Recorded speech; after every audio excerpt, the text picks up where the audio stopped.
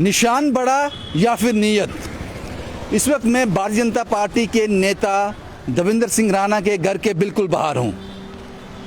कल यहां पर नेशनल कॉन्फ्रेंस का झंडा बड़ी शान से लहरा रहा था, पता नहीं कितने सालों से बड़ी शान से लहरा रहा था, लेकिन आज के बाद, शायद अभी थोड़ी देर के बाद या फिर कल, भारतीय जनता पार्टी का निशान यहां लहराएगा। राणा साहब उसको दिल्ली लेने के लिए गए हैं। आज उन्होंने भारतीय जनता पार्टी का दामन थाम लिया। लेकिन अब सवाल ये है, निशान बड़ा या फिर नीयत। जिस नीयत से, जिस मंशा से देवेंद्र सिंह राणा ने इतना बड़ा कदम उठाया, इतना बड़ा फैसला किया, क्या वो जगह, वो स्पेस भारतीय जनता पार्टी में उनको मिलेगी? जो वो करना चाहते हैं, वो कहते हैं जम्मू का एक पॉलिटिकल नैरेटिव होना चाहिए। क्या वो उसमें कामयाब हो पाएंगे? नेशनल कॉन्फ्रेंस में तो नहीं हो पाए, इसलिए उन्होंने छोड़ दिया। क्या वो हो पाएंगे?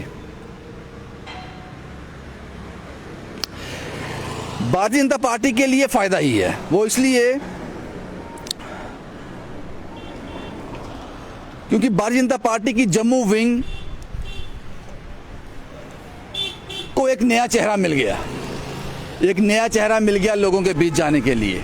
इसमें कोई दो राय नहीं है। देवेंद्र सिंह राणा एक मास लीडर हैं, लोगों से जुड़े हुए हैं, लंबी लंबी नहीं छोड़ते हैं, एक लिमिटेड नपी तुली बात करते हैं, इसमें कोई दो राय नहीं है। और लोग उन पर ट्रस्ट करते हैं, हवाबाजी कम करते हैं।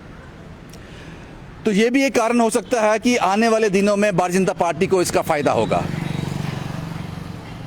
लेकिन क्या भारतीय जनता पार्टी के वो कार्यकर्ता, वो लोग जो लंबे समय से भारतीय जनता पार्टी का हिस्सा हैं, क्या अचानक पैराशूट से लैंड हुए एक नेता को एक्सेप्ट करेंगे?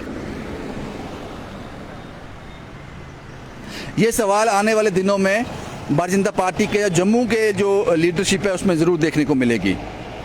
हालांकि चर्चाओं का बाजार गर्म होगा, ये चर्चाएं हो रही होंगी कि देवेंद्र सिंह राणा को अगर कोई अहम पद दिया जाता है तो भारतीय जनता पार्टी के वो लोग इसको एक्सेप्ट कर पाएंगे, इसको हजम कर पाएंगे?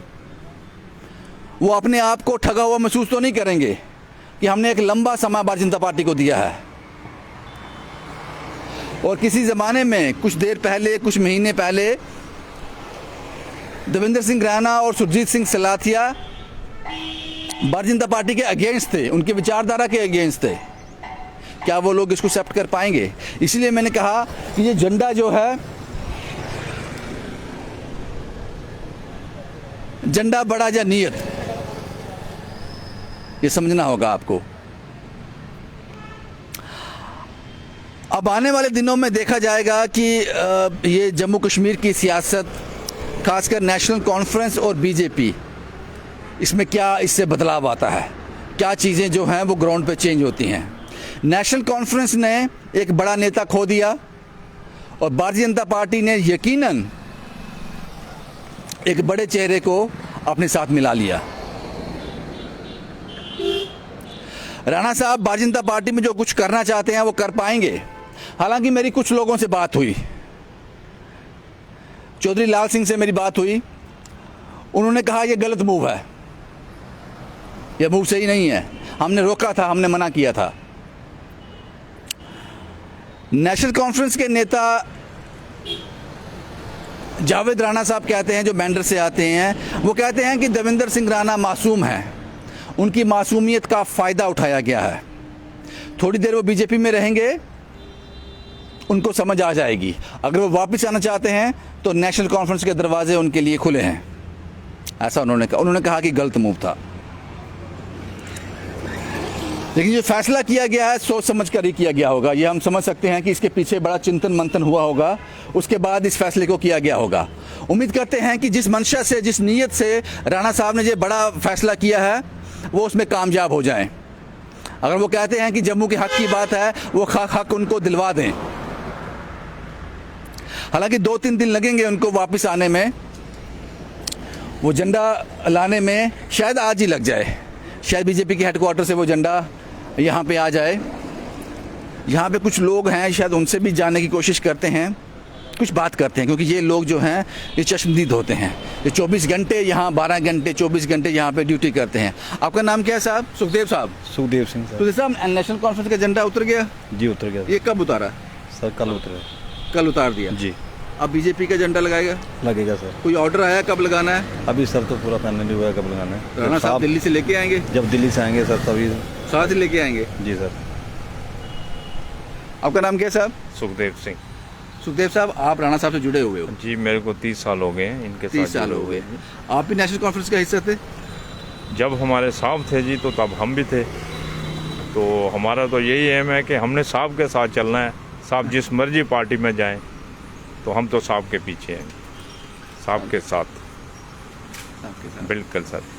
आप उनके क्लोज थे, काफी नजदीकी हैं। काफी सर, शुरू से 30 साल हो गए। तो कारण क्या था? कारण समझ नहीं आ रहा, क्या चीज थी वो कहते हैं कि सर, जम्मू के हित के लिए कुर्बानी दी है। वो क्या हित क्या था? हित यही था सर कि वो चाहते हैं, साहब एक ऐसे मतलब लीडर हैं जो चाहते हैं कि जम्मू का काम भी होना चाहिए और कश्मीर का भी होना चाहिए। अगर एक ही स्टेट का काम पूरा होगा जो जम्मू का नहीं होगा तो फिर ये समझने में 26 साल लग गए। 26 साल तो लगने ही थे सर। जब फिर कहते हैं पानी सर से ऊपर हो जाए तो फिर कुछ ना कुछ तो करना ही पड़ेगा ना। जम्मू के लिए भी तो कोई लीडर उठना चाहिए ना। बिल्कुल सही कहा आपने। अब मुझे ये बताओ, पहले नेशनल कॉन्फ्रेंस का एजेंडा था, अब यहाँ कोई नहीं है। आपको लगता नहीं जगह खाली नहीं छोड़नी चाहिए? नहीं छोड़नी चाहिए, लेकिन कल तक हम ये उम्मीद रखते हैं कि हो सकता है आज ही लगा दें हम। आज नहीं होगा तो कल तक हम ये एजेंडा जो है बिल्कुल लगेगा। बीजेपी का एजेंडा? बीजेपी का एजेंडा लगेगा सर। या अगर वो पार्टी में गए हैं बीजेपी में, उन्होंने ज्वाइन भी कर लिया है, अभी तो हम एजेंडा तो ज़रूर लगाएंगे। जरूर लगाएंगे। ये एजेंडा एक विचारधारा है। पहले जो झंडा लहरा रहा था नेशनल कॉन्फ्रेंस था, वो नेशनल कॉन्फ्रेंस की विचारधारा थी। लेकिन अब झंडा बीजेपी का लहराएगा तो जाहिर सी बात है वो विचारधारा यहाँ रहेगी। एक बार फिर हम उम्मीद करते हैं कि जिस मंशा से, जिस नीयत से देवेंद्र सिंह राणा ने ये बड़ा फैसला किया है, आने वाले दिनों में उनके हाथ में मायूसी ना लगे। वो सब कुछ कर पाएँ जम्मू के लिए, जिसके लिए उन्होंने 26 साल का अपना सियासी कैरियर एक पार्टी के साथ था, उसको छोड़ दिया और एक नई शुरुआत आज की है, उसमें वो कामयाब हो जाएं। शुभम कुमार के साथ Ravindra Singh, the state sentinel के लिए।